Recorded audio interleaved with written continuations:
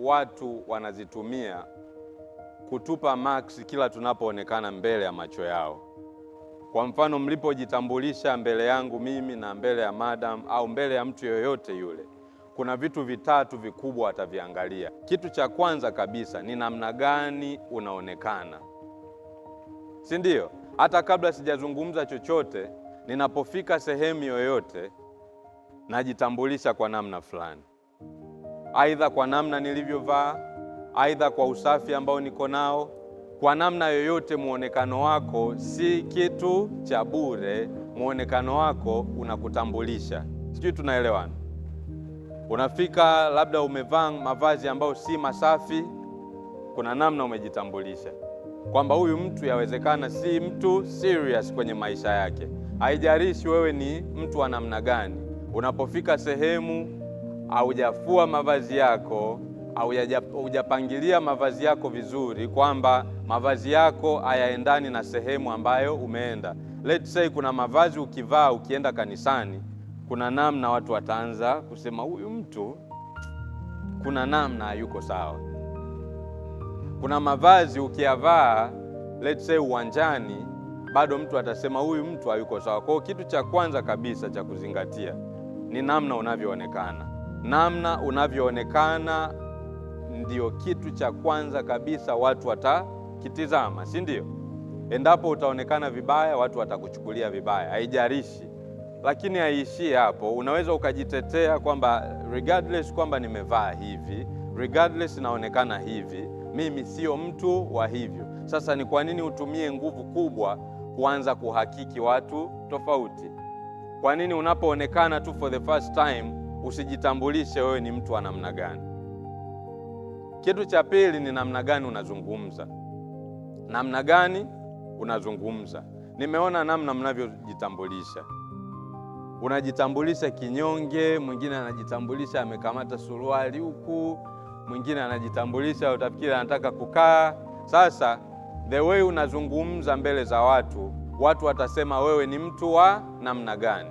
Watu watasema unajiamini au haujiamini. Watu watasema una uwezo mzuri wa kufikiri au hauna uwezo mzuri wa kufikiri. Watu watasema kitu baada ya wewe kuzungumza. Sasa zungumza katika njia ambayo itakutambulisha vizuri. Zungumza kwa kutoa sauti mpaka mwisho wako kuendana na venue ulionayo. Wote si mnanisikia hapa? Si mnanisikia? Jitambulishe kama mtu anayejiamini kwa kutoa sauti mpaka mwisho kuendana na venue yako. Kuna venue utatakiwa utumie sauti kubwa zaidi. Kama hii unaona ina kelele, ina maji yanamwagika, ili uweze kusikika lazima usukume zaidi sauti yako nje. Kuna venue utatakiwa utumie sauti kidogo kwa sababu mpo tu watu wawili au watatu na hakuna kelele. Ukitoa sauti kubwa, watu pia watakutilia mashaka, watasema mzima kweli huyu? Mpo wawili tu natoa sauti kubwa kweli kweli. Sijui tunaelewana? Kwa hiyo jitambulishe kama mtu anayejiamini kupitia matendo yako, gestures, body gestures. Your body gestures introduces you. Your body gestures. Use your gestures. Nimemwona kaka pale anajitambulisha, ameingiza mkono huko, amejishika hivi kabisa mbele za watu. Obvious, mtu anayekutizama anaona kabisa huyu mtu ajiamini. Huyu mtu anajificha kwa kujishikashika suruali, ajiamini. Kwa hiyo jitambulishe vizuri kwa kutumia body gestures zako vizuri. Lakini pia unapozungumza jitambulishe vizuri kwa kutumia macho yako vizuri. Kwa kutumia macho yako vizuri. Mtizame au watizame watu unaongea nao machoni. Utajisikiaje nazungumza na wewe naangalia sehemu nyingine? Mwanzo mpaka mwisho naangalia sehemu nyingine. Utasema huyu mtu hajiamini, huyu mtu anatuogopa, huyu mtu hana juzi nzuri za mawasiliano. Sasa unapojaribu kutumia macho yako, mimi huwa nahimiza itumike 3 second rule. 1, 2, 3. Mtizame mtu angalau sekunde 3 machoni. 1, 2, 3. 1, 2, 3. 1, 2, 3. Unaona inakupa comfortability, lakini pia unaona mimi ni mtu ninayejiamini.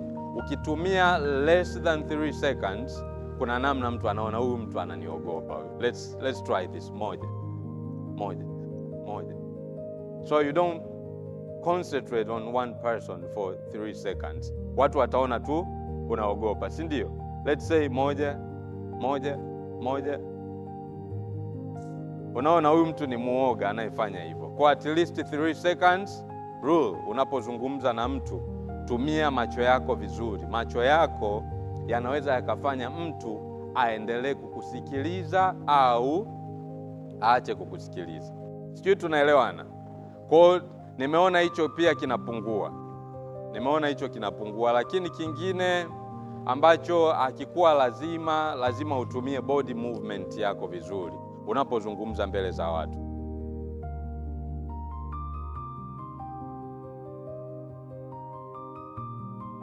Body movement. Kama utatakiwa kuzungumza, hakikisha una move your body. Hausimami sehemu moja kama mti, mwanzo hadi mwisho umekaa hivi tu. Au muoni mtu machoni, umeganda sehemu moja kama mti. You have to move. Why moving? Movement is part of connection. When I want to connect with you, I move towards you. When I want to connect with you, I move towards you. Na endapo nitakaa kwa muda mrefu huku, hawa wengine si unaona wataona kama siko nao, si ndio? Si tunaelewana? Kwa kumbe nitafanyeje ili hawa watu wote wajihisi wako na mimi? Hawa watu wote nitafanyeje ili wajihisi wako na mimi? Lazima nitembee. Ninapozungumza lazima nitembee. Wote natakiwa ni wa engage. Hiyo ni part ya kujitambulisha kupitia mazungumzo. Lakini kingine kikubwa zaidi unapozungumza, nadhani ni kikubwa kuliko chochote, ni mambo gani unayoyazungumza. Unakuta wengine hawana changamoto ya juzi za mawasiliano, lakini hawana tu cha kuzungumza. Building your content, kuhakikisha kwamba kuna vitu unavifahamu upo navyo kichwani. Unaongezaje vitu unavyovifahamu kichwani kwako? Lazima ujifunze kila siku. Lazima ujenge utamaduni wa kujifunza kila siku, ili mtu aone kwamba you are interesting. Unapozungumza naye lazima uwe na kitu kichwani. Unadhani ni ajali naweza nikazungumza hapa hata kwa masaa 3? Hapana. Kuna vitu nafahamu, kuna vitu najifunza, kuna vitu naendelea kujifunza kila siku. Najifunza kila siku na nitaendelea kujifunza kila siku, kwa sababu najua the way nazungumza mbele za watu ni muhimu sana niwe na kitu kichwani. Lakini kitu cha tatu ambacho tunatumia kujitambulisha ni namna gani tunafanya mambo yetu. Je, sisi ni wavivu? Je, tunafanya mambo yetu kwa uweledi? Je, tunafanya mambo yetu ili tu tumalize? Je, tunajali kazi mbalimbali tunazozifanya? Hiyo yote inakutambulisha. Unakuta watoto wengi sana wa age yenu bado kufanya vitu mbalimbali hamuoni haja, mnaona tu mnahitaji kuendelea kusukumwa.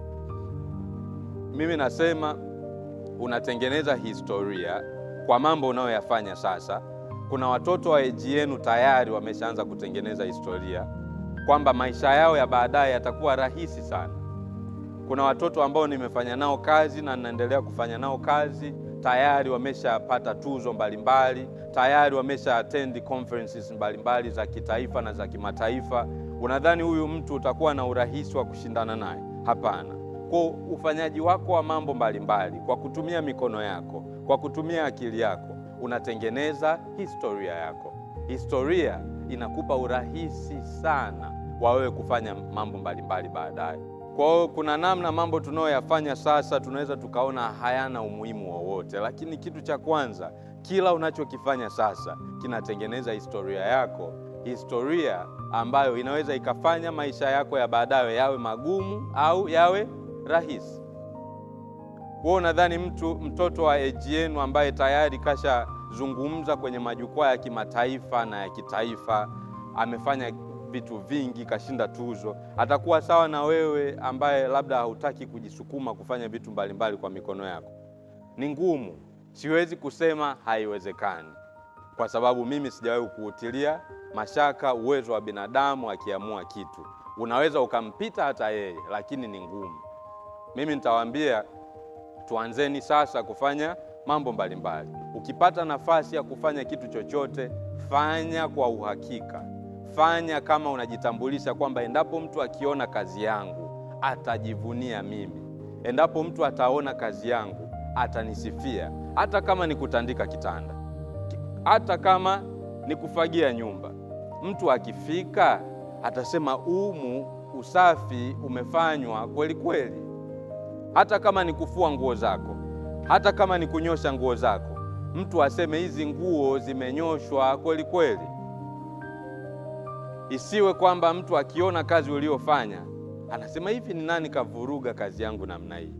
Kwamba by looking at your work mtu anakujaji kama mtu ambaye hauko serious, mtu ambaye hauko na determination ya kufanikiwa kwenye maisha na vitu kama hivi.